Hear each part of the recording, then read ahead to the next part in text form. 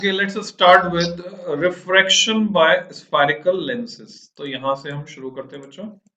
हम कर रहे हैं NCERT read along exercise class 10th की एनसीईआरटी से। ये है रे ऑप्टिक्स से रिलेटेड रिफ्लेक्शन चैप्टर। तो रिफ्लेक्शन हम पढ़ चुके हैं, अब बात कर रहे हैं refraction by spherical lenses. Lens का क्या रोल है रेज को बैंड करने में, मोड़ने में। रेज को डाइवर्ज भी कर सकता है लेंस, रेज को कन्वर्ज भी कर सकता है। अगर वो कन्वर्ज कर रहा है तो हम उसको नाम देंगे कन्वर्जिंग लेंस। अगर वो डाइवर्ज कर रहा है, जैसे जैसे यहाँ तुम देख रहे हो फिगर ए में कन्वर्ज कर रहा है, तो ये जो लेंस है जिसका कॉन्वेक्स शेप है, दोनों साइड कॉन्वेक्स है, तो डबल कॉन्वेक्स या बाई कॉन्वेक्स इसको कह सकते हैं हम। तो ये डबल कॉन्वेक्स लेंस रेज को कन्वर्ज कर रहा है, जबकि ये कॉन्केव लेंस रेज को डाइवर्ज कर रहा है, फैला रहा है। डाइवर्ज करना मतलब फैलाना। तो इसके बारे में हम समझते हैं। You might have seen watch makers, घड़ी जो बनाते हैं या जो घड़ी ठीक करते हैं, उनको देखा हो, या मोबाइल ठीक करने वालों को देखा हो, जिनको बारीक पुर्जे देखने पड़ते हैं घड़ी के या मोबाइल के, जो छोटे छोटे से पार्ट्स होते हैं उसके, वो देखने पड़ते हैं। तो वो देखने के लिए जरूरत पड़ती है यूजिंग ए स्मॉल मैग्नीफाइंग ग्लास। हम कहने को इसको ग्लास कह देते हैं, मैग्नीफाइंग ग्लास, एक्चुअल में ये कॉन्वेक्स लेंस होता है। तो कॉन्वेक्स लेंस ही है magnifying glass. To see tiny parts, have you ever touch the surface of a magnifying glass? अगर हाथ से उसको छुओगे तो तुम क्या पाओगे कि उसकी सरफेस प्लेन नहीं है, उसकी सरफेस उभरी हुई है बाहर की तरफ। इज इट प्लेन सरफेस और कर्व्ड? तो जवाब है curved. Is it thicker in the middle और एट द एजेस?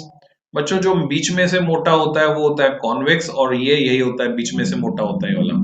जो किनारों से मोटा होता है कॉन्केव होता है, वो मैग्नीफाइंग ग्लास नहीं है। जो कॉन्वेक्स है, जो बीच में से मोटा होता है, किनारों से पतला होता है, वो मैग्नीफाइंग ग्लास है।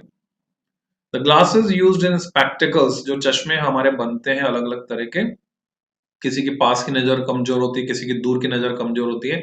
अगले चैप्टर में हमें वही पढ़ना है, आई, ह्यूमन आई के बारे में पढ़ेंगे। तो ये जो चश्मा बना रहे हैं हम, तो जिसकी दूर की नजर कमजोर होती है बच्चों, उसको ठीक करने के लिए कॉन्केव लेंस का चश्मा लगता है। और जिसके पास की नजर कमजोर होती है, पास की नजर कमजोर होने का मतलब जिसको पास का साफ नहीं दिखता किताब पढ़ते वक्त, तो उसको कॉन्वेक्स लेंस का चश्मा लगता है। And that by watch maker are examples of lenses. What is a lens? Lens होता क्या है? अगर लेंस को हमें परिभाषित करना पड़े, यानी if we want to define the lens, then how we can define? So lens is basically a transparent medium. आजकल तो प्लास्टिक का भी बनता है लेंस, जो आते हैं किसके आते हैं, फाइबर के, प्लास्टिक फाइबर के लेंस आ रहे हैं जिससे कि गिर के टूटे नहीं। और कांच के भी बनते हैं, और हम क्वार्ट्ज से भी बना सकते हैं। तुमने देखा था क्वार्ट्ज का रिफ्रैक्टिव इंडेक्स भी अप्रोक्सीमेटली ग्लास के आसपास ही है। सो लेंस एक ट्रांसपेरेंट मीडियम है जो बाउंडेड है टू सरफेसेस से। अब ये टू सरफेसेस में से हो सकता है दोनों कर्व्ड हो सकता है एक कर्व्ड हो। अगर एक कर्व्ड है तो वो कैसा दिखेगा, मैं ड्रॉ करके तुम्हें बता सकता हूं। जरूरी नहीं है कि इसमें दोनों सरफेसेस ही कर्व्ड हो। फॉर एग्जाम्पल, एक सरफेस प्लेन है, दूसरी कर्व्ड है, तो इसको कहेंगे प्लेनो कॉन्केव लेंस। एक सरफेस प्लेन है, दूसरी उभरी हुई है, इस तरह से कर्व्ड है, तो इसको बोलेंगे प्लेनो कॉन्वेक्स लेंस। तो प्लेनो कॉन्केव, प्लेनो कॉन्वेक्स, ये भी लेंस है। पर अगर दोनों सरफेसेस प्लेन हैं तो समस्या क्या होगी या स्थिति क्या होगी? हमारा ऑब्जर्वेशन ये होगा कि ये जैसे कि ग्लास प्लेट में होता है या ग्लास स्लैब में होगा। अगर वो मोटी है तो स्लैब, पतली है तो प्लेट। ये रेज को ना तो कन्वर्ज करेगी ना तो डाइवर्ज करेगी। जो रेज इस पे नॉर्मली इंसिडेंट होंगी वो सीधी गुजर जाएंगी, ना कन्वर्ज होंगी ना डाइवर्ज होंगी, स्ट्रेट। तो हम बोलेंगे ये लेंस की तरह काम नहीं कर रही है। तो लेंस होने के लिए रेज को कन्वर्ज या डाइवर्ज करना जरूरी है। तो उसी के हिसाब से हम उसकी डेफिनेशन बना सकते हैं। How does it bend light rays, यानी लाइट रेज को बैंड करे तभी लेंस कहेंगे उसको। We shall discuss this these in this section. इस सेक्शन में ये सब पढ़ने वाले हैं हम। A transparent material bound by two surfaces of which one or both surfaces are spherical forms a lens। बच्चों ये डेफिनेशन है लेंस की, इसको तुम अंडरलाइन कर सकते हो। This is definition for a lens. एक पारदर्शी माध्यम जो दो सतहों से घिरा हुआ है, जिनमें से एक या फिर दोनों ही कैसी हो सकती हैं, वक्रता युक्त हो सकती हैं, स्फेरिकल, वक्रीय हो सकती हैं या वृत्ताकार हो सकती हैं। दिस मीन्स दैट, अब ये हिंदी शब्द में क्यों बोल रहा हूं, तुम तो इंग्लिश मीडियम वाले हो, बच्चों हिंदी भी जानना चाहिए और हिंदी वालों को अंग्रेजी भी जानना चाहिए, तभी हम ऑलराउंडर बन सकते हैं। So we must be aware of that. अगर हमें सुनने को मिल जाए खाली, तो हमारा दिमाग लिंक कर लेता है, हमारे दिमाग के किसी कोने में ये शब्द जो है जाकर स्टोर होते हैं, पड़े रहते हैं एक बार सुनने भर से। तो ध्यान देकर सुनना काफी अच्छा है।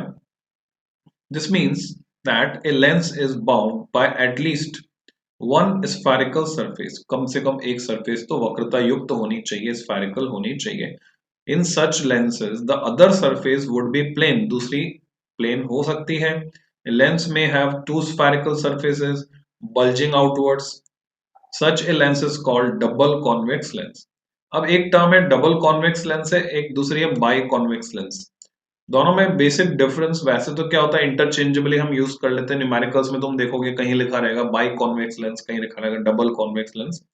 और माइन्यूट सा डिफरेंस ये होता है कि डबल कॉन्वेक्स लेंस में दोनों सरफेसेस जो हैं उनकी जो रेडियस ऑफ कर्वेचर है, अब ये रेडियस ऑफ कर्वेचर यहाँ पर क्या है, are you familiar, what is radius of curvature here? हाँ, क्या होती है बोलो फिजिकली, यहाँ पर रेडियस ऑफ कर्वेचर क्या चीज है? लेंस के जो दोनों सरफेसेस होते हैं ना, उनका रेडियस निकालते हैं। तो एक लेंस के पास दो रेडियस ऑफ कर्वेचर होते हैं। वो रेडियस तुम कैसे निकालोगे? और दो होता है।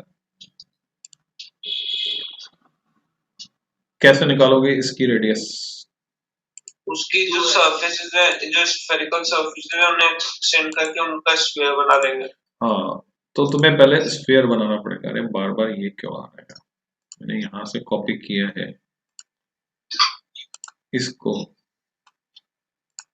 तो अब पेस्ट कर रहा हूं, अब सही आया। तुम्हें जो है सही बोल रहे हो, दो स्फीयर यहां ड्रॉ करने पड़ेंगे तुमको, और फिर वो रेडियस ऑफ कर्वेचर तुम्हें मिलेगी। जैसे ये सरफेस, ये मैंने स्फीयर ड्रॉ किया, इसको मैं कहता हूं सरफेस 2, और ये थी सरफेस 1, कौन सी, ये वाली। इसके लिए स्फीयर ड्रॉ किया, तो मान लो ये सेंटर है अगर, तो ये है R1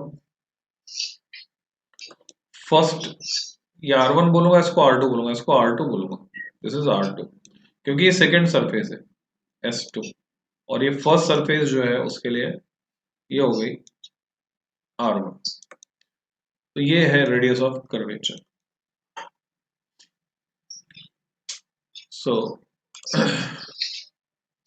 अगर दोनों बराबर हैं, R1 इक्वल टू R2, तो बोलेंगे डबल कॉन्वेक्स लेंस, पर जरूरी नहीं हमेशा बराबर हो, दोनों बराबर नहीं है तो बोलेंगे बाई कॉन्वेक्स।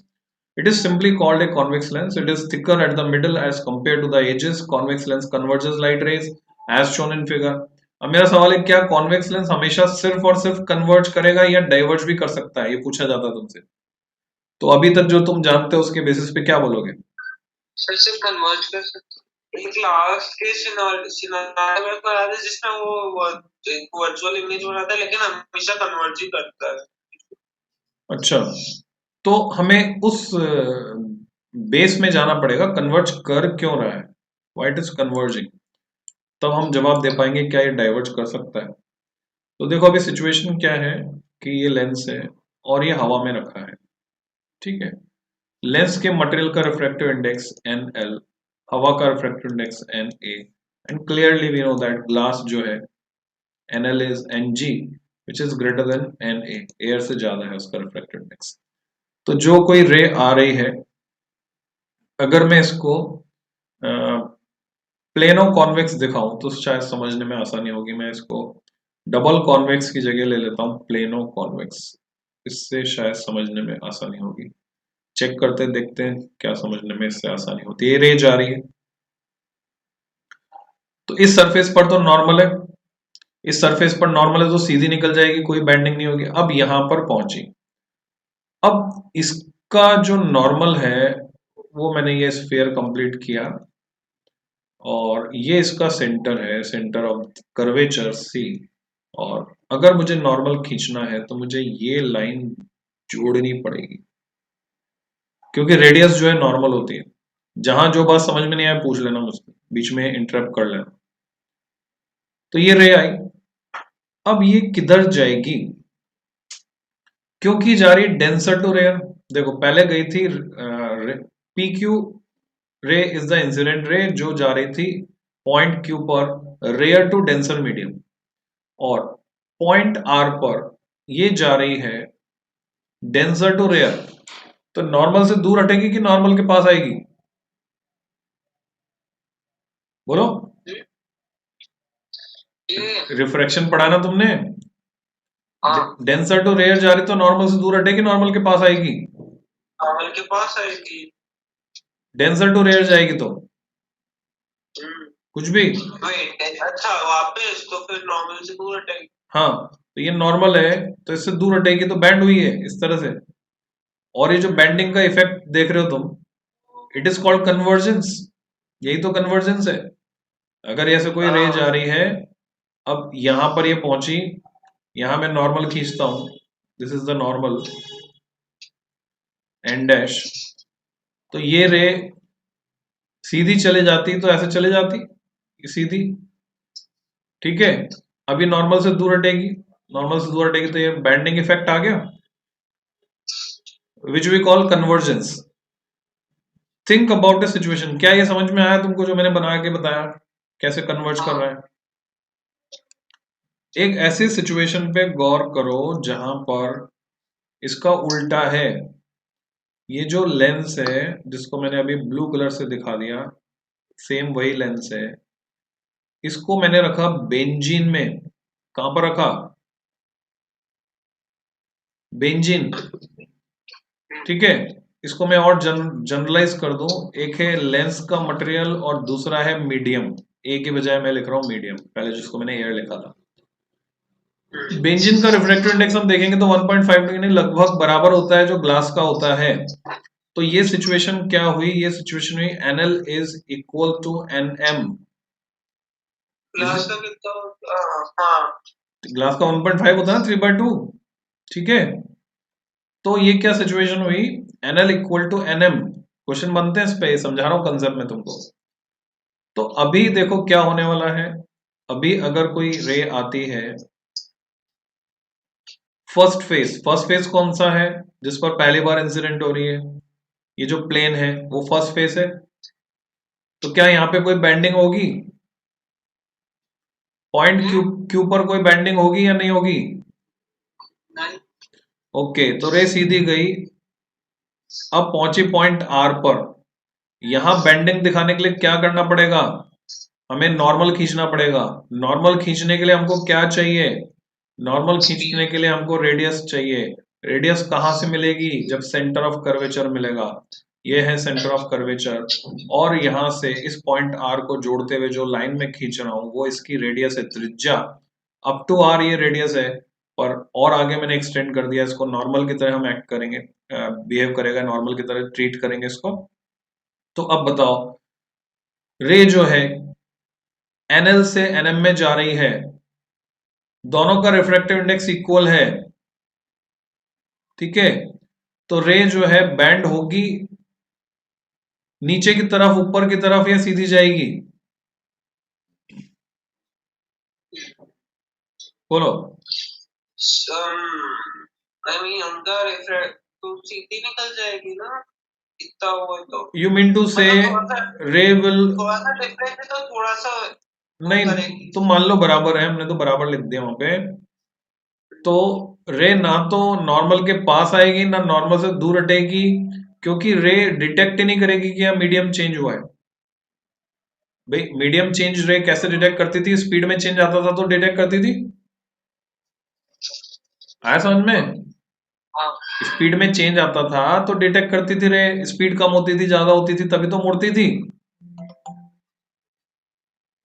अब आर पॉइंट पर जब ये बाहर निकल रही है, जब रिफ्रैक्टिव इंडेक्स सेम है, रिफ्रैक्टिव इंडेक्स क्या होता है याद दिलाता हूं, सी अपॉन वी, याद आया?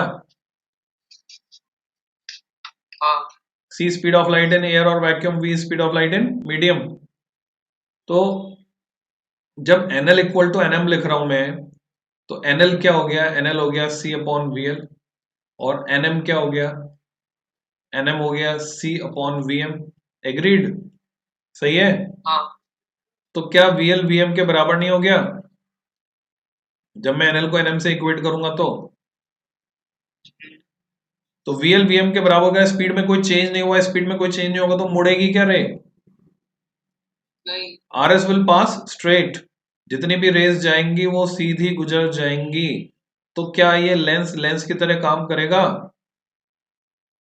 नहीं, ना तो ये कन्वर्ज करेगा ना तो ये डाइवर्ज करेगा, तो हम बोलेंगे डिसअपियर हो गया। तो ये दिखेगा ही नहीं इसमें डुबोने पर, बेंजीन में, अगर बेंजीन का रिफ्रैक्टिव इंडेक्स एग्जैक्टली ग्लास के रिफ्रैक्टिव इंडेक्स के बराबर हो जाए। क्या सिचुएशन समझ में आई तुमको? हाँ ओके, अब तीसरी सिचुएशन पे ले जा रहा हूं मैं तुमको। तीसरी सिचुएशन क्या होगी, सोच के बताओ, प्रेडिक्ट करो। एनएल और एनएम के बीच में कौन सा सिंबल लगाऊंगा? देखो, एनएल ग्रेटर देन हो चुका, इक्वल टू हो चुका, अब क्या होएगा? Lesser than. हाँ, यानी जो लेंस है यानी ग्लास, उसका रिफ्रैक्टिव इंडेक्स कम है। अगेन द सेम लेंस, और अब सिचुएशन क्या है कि इसका रिफ्रैक्टिव इंडेक्स कम है किससे? जहां पे रखा हुआ है उससे। क्या तुमने नाम सुना है CS2? Are you familiar with this compound? एक मिनट, ठीक है, कार्बन सल्फाइड। हाँ, कार्बन डाइसल्फाइड। ठीक है, डाई हो गया ना, दो आ गए S2 सल्फर। तो कार्बन डाइसल्फाइड जो होती है बच्चों, ऑप्टिकली डेंसर होती है किससे? ग्लास से भी ज्यादा।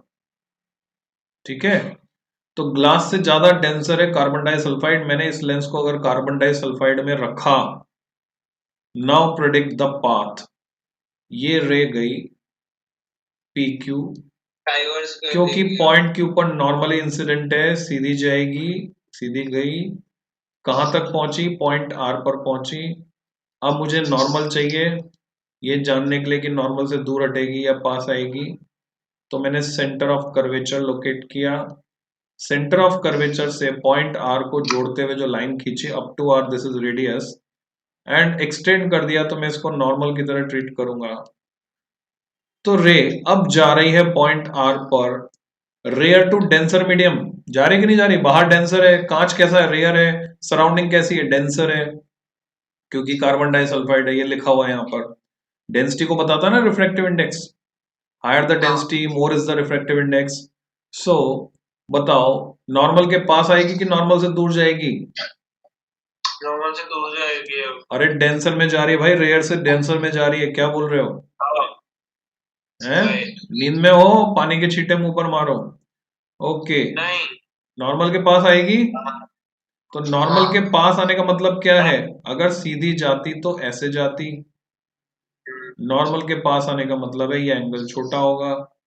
इफेक्ट क्या आया? अगर मैं एक और रे बना के बताऊं तो तुम्हें इफेक्ट समझ में आएगा क्लियरली। ये जो दूसरी रे है ये किधर जाएगी? ऐसे जाएगी। Get it? आया समझ में? हाँ, तो क्या हो रहा है, ये डाइवर्जेंस हो रहा है कि कन्वर्जेंस हो रहा है? डाइवर्स। ठीक है, वही कॉन्वेक्स लेंस फैला भी सकता है, वही कॉन्वेक्स लेंस समेट भी सकता है। जब फैला रहा है तो उसको बोलेंगे डाइवर्जिंग, जब समेट रहा है तो बोलेंगे कन्वर्जिंग। तो दोनों पॉसिबिलिटीज वहां पर हैं, कन्वर्ज करने की और डाइवर्ज करने की। समझ में आया? किस पर डिपेंड कर रहा है कन्वर्ज करना या डाइवर्ज करना या कुछ भी नहीं करना?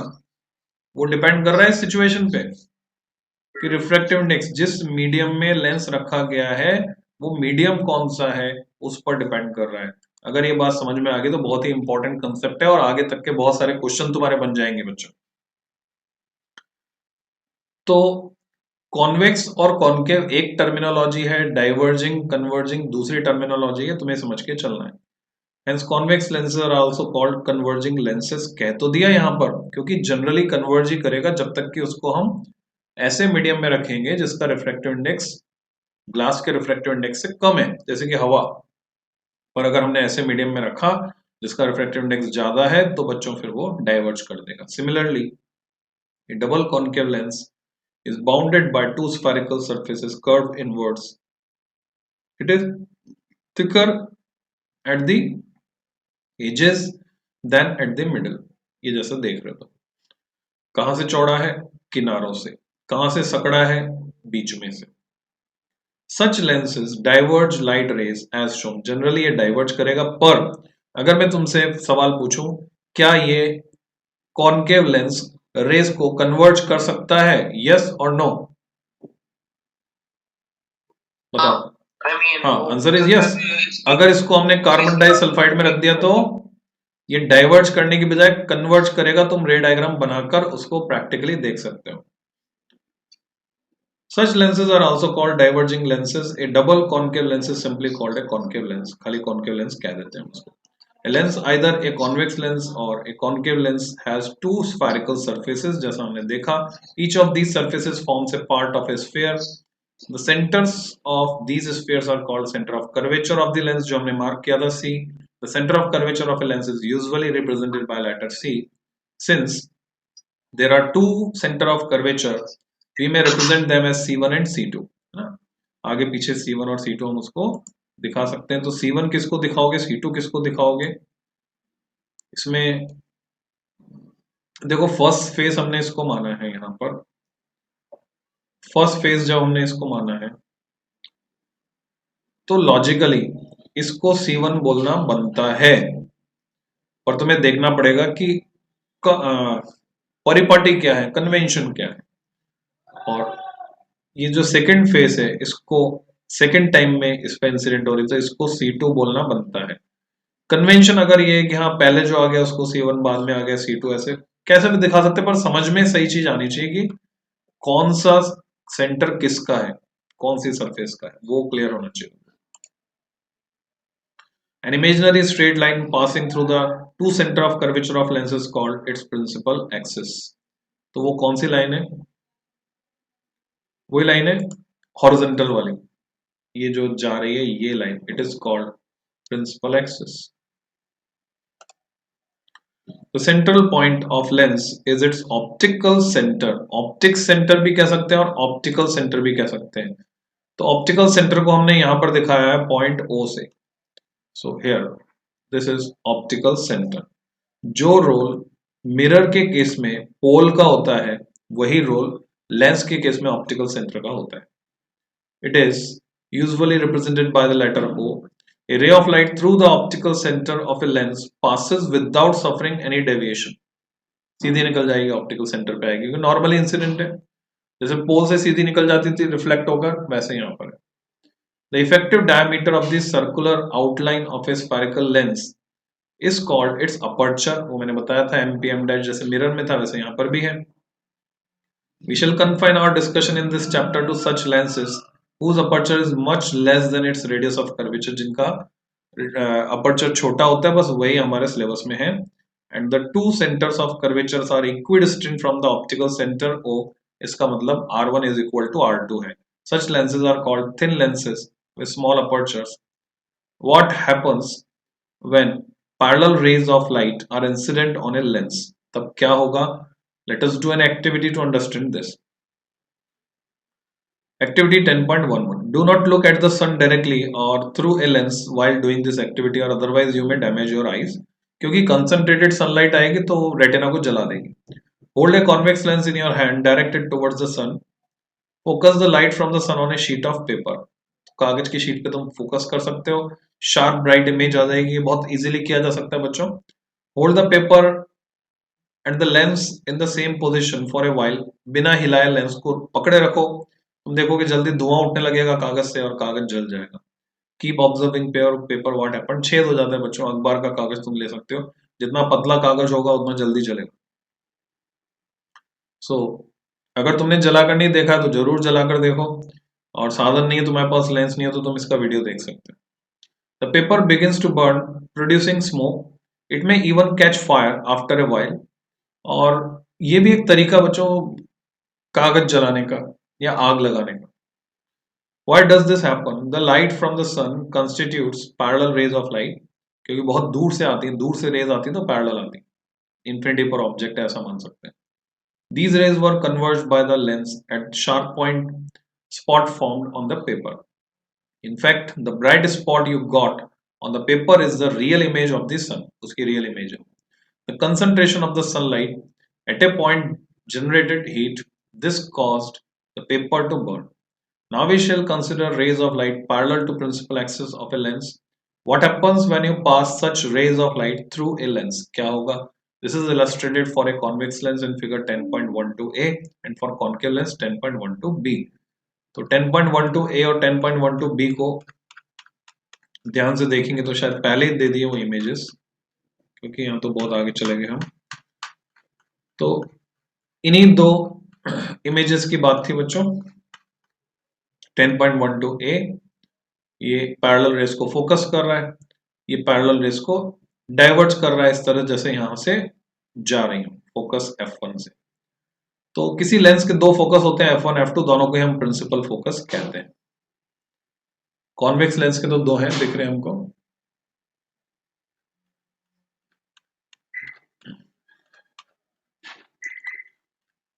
सो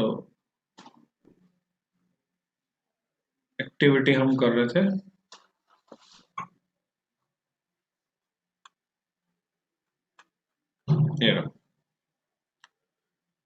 Observe figure 10.12a carefully. Several rays of light parallel to the principal axis are falling on a convex lens. These rays, after refraction from the lens, are converging to a point on the principal axis. This point on the principal axis is called the principal focus. Mukhya focus. Let us see now the action of a concave lens. Observe figure 10.12b carefully. Several rays of light parallel to the principal axis.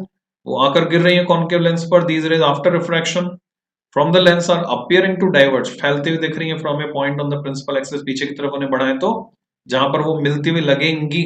एक होता है मिलेंगी, एक होता है मिलती हुई लगेंगी. अपीयर, तो मिलती हुई लगेंगी तो वो अपरेंट हो गया. This point on the principal axis is called the principal focus of the concave lens. If you pass parallel rays from the opposite surface of the lens, अब अगर तुम इसको मिरर के साथ कंपेयर करोगे तो देखोगे तुम कॉन्वेक्स मिरर का बिहेवियर कॉन्केव लेंस जैसा है. कॉन्वेक्स मिरर का जो फोकस होता था वो मिरर के पीछे होता था, जहां पर से रेस मिलती हुई लगती थी, आती हुई लगती थी, वास्तव में नहीं मिलती थी. और जो कॉन्केव मिरर था उसमें वास्तव में मिलती थी जैसे कि कॉन्वेक्स लेंस में मिलती है. तो बिहेवियर तुम कंपेयर कर सकते हो. You get another principal focus on opposite side. Letter F is usually used to, यानी रिवर्सिबल है, लेंस को उल्टा सीधा कर सकते हो तुम. Represent principal focus. However, a lens has two principal foci. Focus का प्लूरल है बच्चों foci. They are represented by F1 and F2. The distance of the principal focus from the optical center of a lens is called its focal length. जैसे mirror की थी वैसे lens की. The letter F is used to represent the focal length. How can you find the focal length of a convex lens? वही sun rays को focus करके तुम निकाल सकते हो कितनी दूरी पर वो फोकस कर रहा है. Activity 10.11. In this activity, the distance between position of the lens and the position of image of sun gives the approximate focal length of the lens. सन की बजाय तुम ट्यूबलाइट को भी फोकस कर सकते हो, बल्ब को भी कर सकते हो, किसी भी लाइट ऑब्जेक्ट को, कैंडल को भी कर सकते हो. Now image formation by lenses ये हमको पढ़ना है, जिसमें एक्टिविटी 10.12 और ये सब आएंगी. अब जैसे तुमने मिरर के लिए पढ़ा था बिल्कुल सिमिलरली लेंसेज के लिए है. जैसे हमने मिरर फॉर्मूला डिराइव किया था वैसे हम लेंस फॉर्मूला डिराइव करेंगे. ये रे डायग्राम्स तो ये सब तुम स्टडी कर सकते हो और मैं फास्ट फॉरवर्ड कर दूंगा कल के लेक्चर में और तुम्हें लेंस फॉर्मूला डिराइव करना सिखाऊंगा. जैसे साइन कन्वेंशन पढ़ी थी मिरर्स के लिए वैसे साइन कन्वेंशन लेंस के लिए है. तो लेंस फॉर्मूला एंड मैग्निफिकेशन इसको हम बच्चों डिराइव करेंगे और उसके बाद फिर तुम ये न्यूमेरिकल कर पाओगे. सो क्या हुआ भाई? ओके, तो आज की क्लास में इतना ही.